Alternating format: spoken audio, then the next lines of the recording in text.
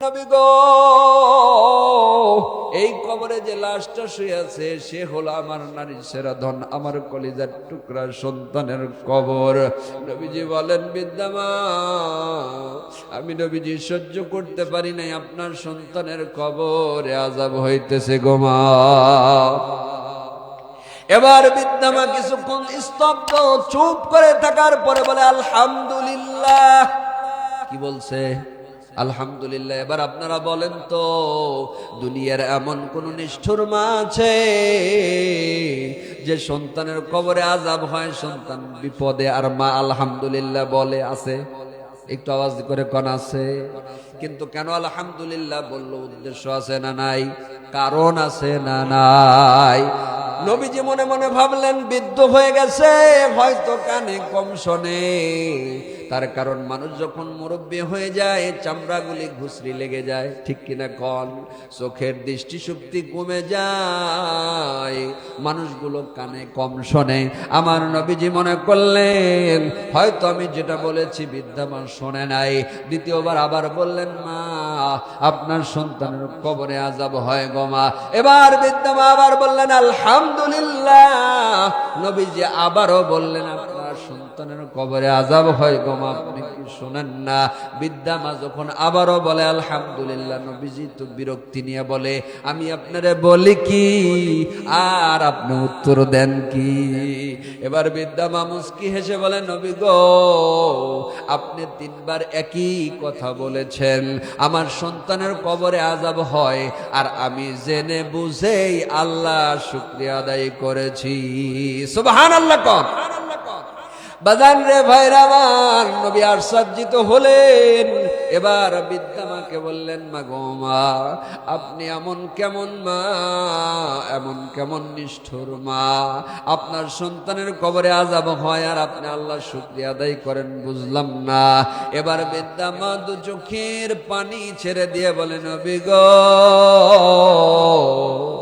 আমি এমন জনম দুঃখী মা, আমার সন্তান দুনিয়াতে ভূমিষ্ঠ হওয়ার পরের আমার স্বামী এই দুনিয়ার জমিন ছেড়ে চলে গেছে। ও নবী, একজন সন্তানের বাবা ছাড়া একজন মা তার সন্তানকে বড় করতে, খাওয়াইতে, পড়াইতে কত কষ্ট হয় নবী, এটা আপনি বুঝবেন না। আমি মা, আমি বুঝি। আমার সন্তানের জন্য আমি খেয়ে না খেয়ে আমার সন্তানকে বড় করেছি, মানুষের বাড়িতে কাজ করেছি, মানুষের কাছে হাত পেতে আমার সন্তানের জন্য সাহায্য চাইছি। ওই সন্তান যখন বড় হলো নবী, আমার সন্তানকে বিবাহ করায়া দিলাম। আমার সন্তানের আচরণ ব্যবহার ভালোই ছিল, কিন্তু কিছুদিন যাইতে না যাইতে একটু পরিবর্তন দেখা যায়। অর্থাৎ যখন তখন আমার সন্তানের কান পরা দেয়, আমার বিবি অভিযোগ করে, আমার এরকম বৌমা অভিযোগ করে, তোমার মা এইটা করে, ওইটা করে, এইটা ভালো না, সেইটা ভালো না। এরকম পরিবার আছে না নাই? একটু আওয়াজ দিয়ে বলেন, আছে না নাই? প্রত্যেকটা পরিবারে এখন জ্বালা।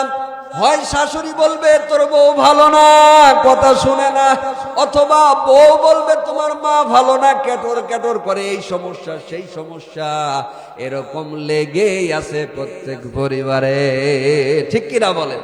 বাজান রে ভাইরা আমার, বারংবার যখন মায়ের নামে বদনাম করে সন্তান কানে নেয় না, কানে নেয় না, এরকম শুনতে শুনতে এক সময় বিরক্তি ভাব। একদিন মাঠের মধ্যে গেছে, সারাদিন কাজ করার পরে বিকাল বেলা যখন বাসায় ফিরেছে, দেখে বাড়ির মধ্যে ঝগড়া লেগে গেছে। তার বউ এরকম ব্যাগগুলো গুছিয়ে ফেলেছে, কাপড় চোপড় গুছিয়ে বাড়ির দিকে রওনা, কান্না করে দিয়েছে। স্বামীকে দেখে বলে, কি হয়েছে?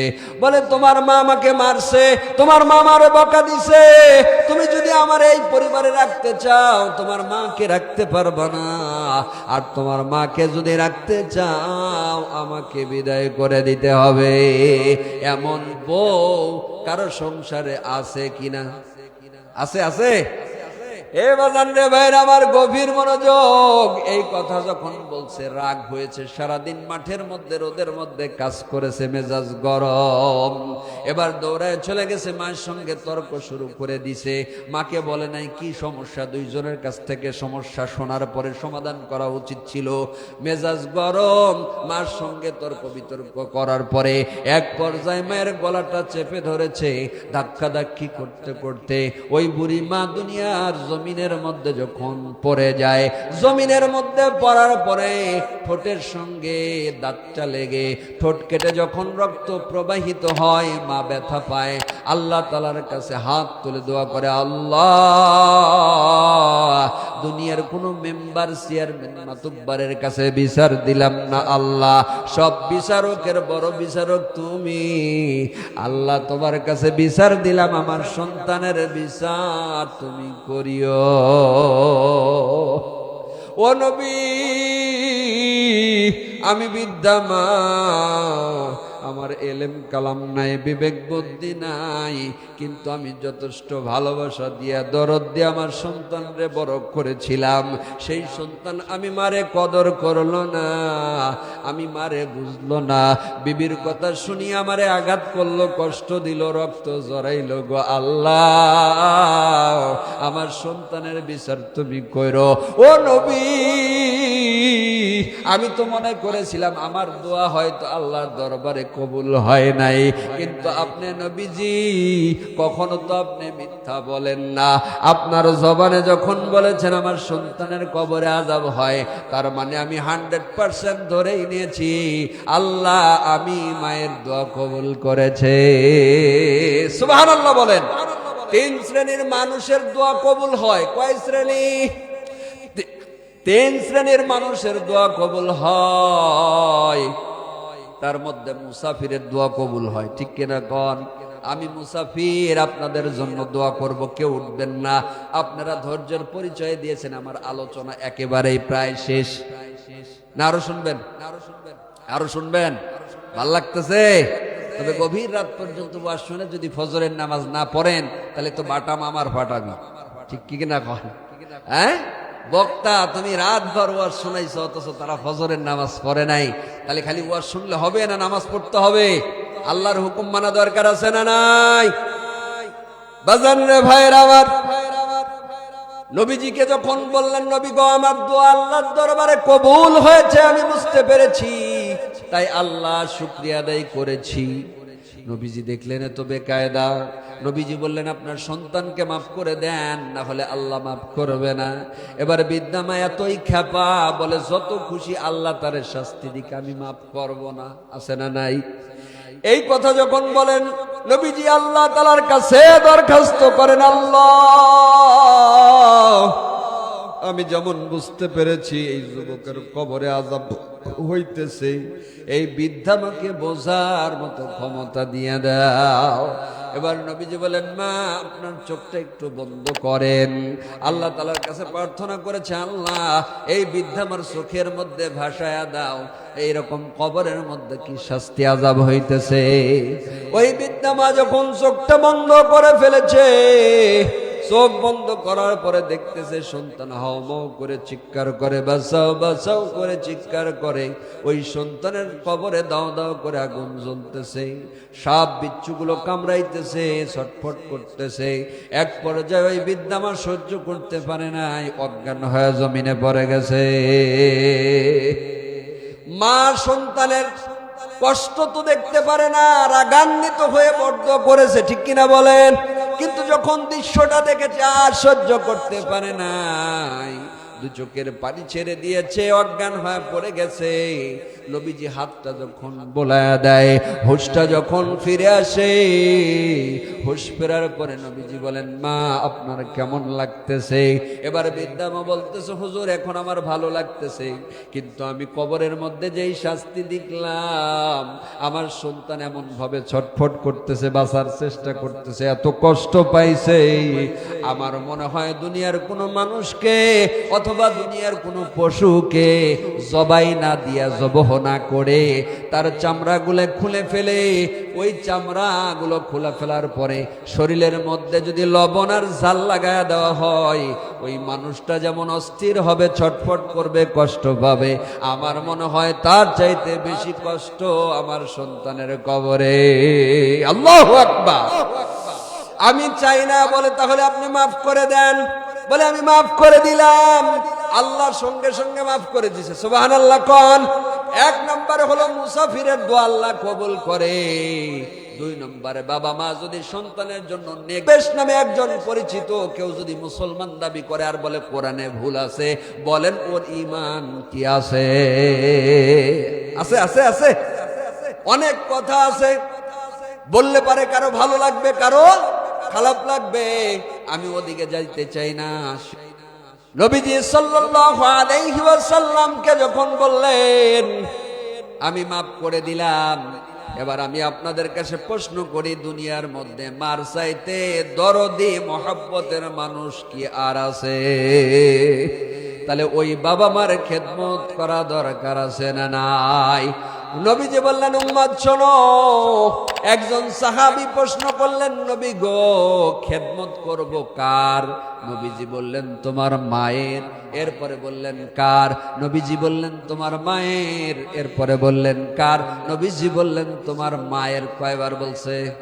একটু আওয়াজ দিয়ে বলেন না কয়বার? এবার চতুর্থবার যখন বললেন নবী এরপরে কার? নবীজি বললেন এরপরে তোমার বাবার। বাবারও খেদমত করতে হবে, তবে মায়ের কথা একটু বেশি বলেছেন।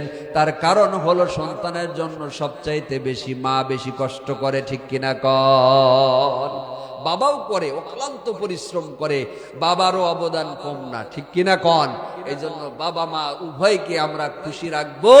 নবীজি সাল্লাল্লাহু আলাইহি সাল্লাম বলেন, এই যে রমজান মাস গেল, রমজান মাস পাবার পরেও যারা গুনাহ মাফ করাইতে পারে নাই তারা হলো হতভাগা। কি ভাগা? হতভাগা, কপাল পোড়া। নবীজি বললেন রমজান মাস পাওয়ার পরে যারা গুনাহ মাফ করাইতে পারে নাই তাদের উপরে আল্লাহ লানত। দ্বিতীয় নাম্বার হলো রমজান মাস পাবার পরে গুনাহ মাফ না করাইতে পারলে আল্লাহ লানত। বাবা মাকে জীবিত পেয়েছে, বাবা মার খেদমত করে, বাবা মার সঙ্গে বিনয়ী ভালো আচরণ করে জান্নাত কিনে নিতে পারে নাই, তার উপর আল্লাহ লানত। নবীজির নাম শুনেছে কিন্তু নবীর উপরে দরুদ শরীফ পাঠ করে নাই, তার উপরে আল্লাহ লানত। বাজান রে ভাইরা আমার, গভীর মনোযোগ। আল্লাহর একজন বান্দা, তার নাম হলো মালিক ইবনে দিনার। কি বলেন? মালিক ইবনে দিনার রহমাতুল্লাহি আলাইহি। ইনি একজন গুনাহগার মানুষ ছিলেন, যদিও মুসলমান, কিন্তু মদ খাইতো। কি খাইতো? মদ খাওয়া হালাল না হারাম? মদ খেয়ে মাতাল হয়ে পড়ে থাকতো, মুসলমান ঘরের সন্তান। এই মালিক ইবনে দিনার শুধু মদ খাইতো না, অনেক অন্যায় অপরাধ অপকর্ম তিনি জীবনে করেছেন, কিন্তু আল্লাহ পাক রব্বুল আলামিন হেদায়েতের মালিক, হেদায়েত দিলে তো হেদায়েত পাবে। আল্লাহ তাআলা তাকে হেদায়েত করলেন কিভাবে? এই মালিক ইবনে দিনার মদ খাইতেন এবং মদের বোতল বাড়ির মধ্যে নিয়ে আসতেন। একদিন একটা মদের বোতল যখন বাড়িতে নিয়ে আসছেন, মদের বোতল নিয়ে আসার পরে ছোট্ট শিশু, তার একটা মেয়ে ছিল, ওই মেয়ে যখন দেখলেন মদ, ওই শিশু কিছুটা বোঝা শিখেছে, বাবা এই মদ খায় আর মুখ দিয়ে দুর্গন্ধ। ওই বাবা দুর্গন্ধ মুখ দিয়ে মেয়েকে যখন আদর করে, মেয়ে খুশি হইতে পারে না, মেয়েকে চুমো দেয়, কোলে তুলে নেয়, কিন্তু মেয়ে খুশি হইতে পারে না, দুর্গন্ধ। এই মেয়ে মাকে বলে, মা আব্বু এগুলো খায় কেন, দুর্গন্ধ লাগে।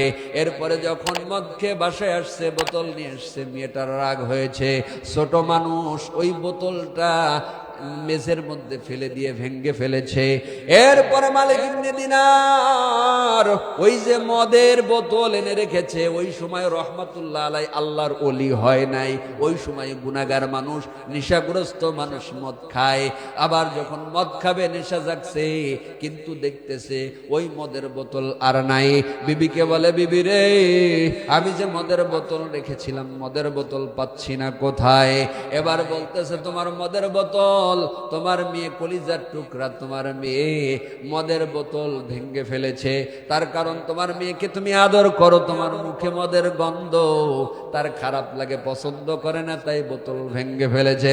কিন্তু যেই মানুষগুলো নেশা করে, নেশা যদি জাগে তার বোধ শক্তি থাকে না, ঠিক কিনা বলেন?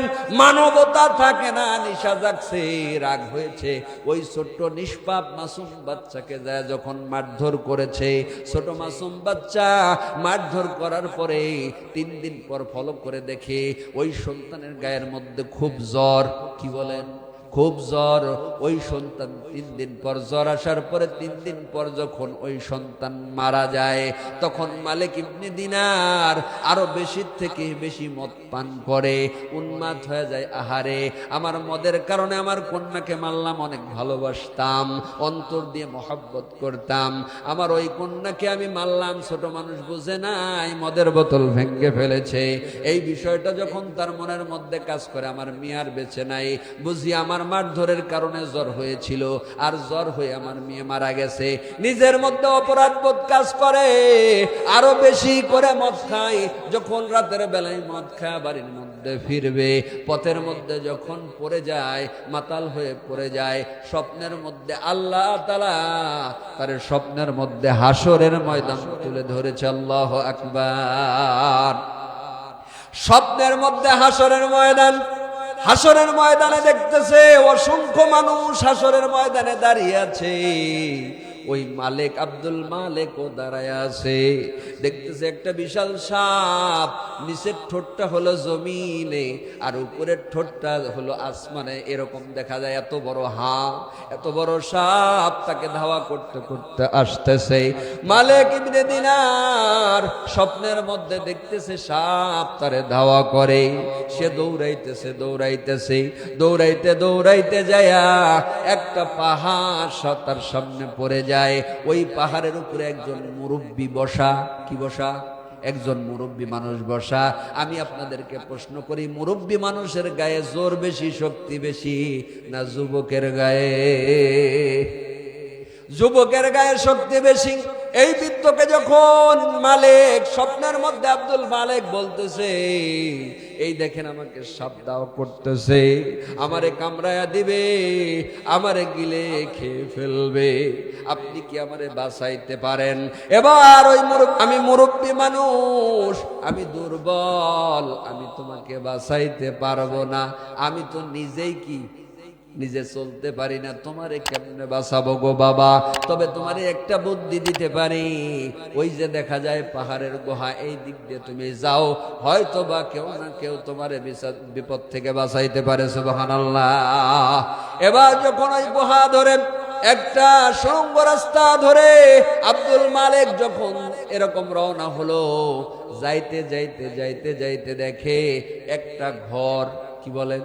একটা ঘর, আর ওই ঘরের মধ্যে ছোট ছোট বাচ্চারা কোরআন দুলে দুলে পড়তেছে, আর একজন সুদর্শন মানুষ তাদেরকে কোরআন শিখাইতেছে। সুবহানাল্লাহ। যেই মানুষটা কোরআন শিখাইতেছে ওই মানুষটা দুনিয়ার সাধারণ কোনো মানুষ নয়, ওই মানুষটা হলো আমার আপনার জাতির পিতা ইব্রাহিম আলাইহি ওয়াসাল্লাম। আল্লাহ তাআলা কোরআনে ঘোষণা করছে, মিল্লাতা আবিকুম ইব্রাহিম হুয়া সাম্মাকুমুল মুসলিমিন। আল্লাহু আকবার। আল্লাহ তাআলা বলেন, ও মুসলমান, তোমাদের জাতির পিতা হিসেবে আমি 2 জনকে না 5 জনকে না, একজনকেই ঘোষণা করেছি, তার নাম কি? ইব্রাহিম। ইব্রাহিম বাদে দুনিয়ার কোনো আতি নেতা, বাতি নেতা, সাতি নেতা জাতির পিতা হতে পারে না। ঠিক কিনা বলেন? বাজার রে ভাইরা আমার, ইব্রাহিম আলাইহিস সালাম আল্লাহর একজন নবী, পয়গম্বর। ইব্রাহিম আলাইহিস সালামের কাছে ওই ছোট বাচ্চারা কোরআনের তালিম নাই। এই ছোটরা বাচ্চা হলো আমার আপনার অনেক বাচ্চা আছে নিষ্পাপ, ছোট, 6 মাস বয়স, 2 মাস বয়স, 1 মাস বয়স, 6 বছর বয়স, আছে না নাই? এমন শিশু যারা মারা যায় নিষ্পাপ, তাদেরকে কোরআনের তালিম ইব্রাহিম আলাইহিস সালাম দিতেছে। সুবহানাল্লাহ। এরপরে মালিক ইবনে দিনার এই দৃশ্যটা দেখে ওই রুমের মধ্যে যখন এরকম পাটা রাখছে, পিছনে তাকায়া দেখো ওই যে সাপ তারে ধাওয়া করতেছে, ওই সাপ আর সামনে যায় না, দাঁড়ায় গেছে। আল্লাহু আকবার কোন, আরো জোরে কোন আল্লাহু আকবার। স্বপ্নের মধ্যে এই দৃশ্যটা দেখলেন, দেখার পরে তাকায়া দেখে ওই যে ছোট ছোট বাচ্চারা কোরআনের তালিম নেয়, তাকায়া দেখে কয়েকদিন আগেই যে তার কন্যা সন্তান মারা গেছে, ফুটফুটে কন্যা সন্তান, সেও দুলে দুলে কোরআন পড়তেছে, সুবহানাল্লাহ, কোরআনের তালিম নিতেছে।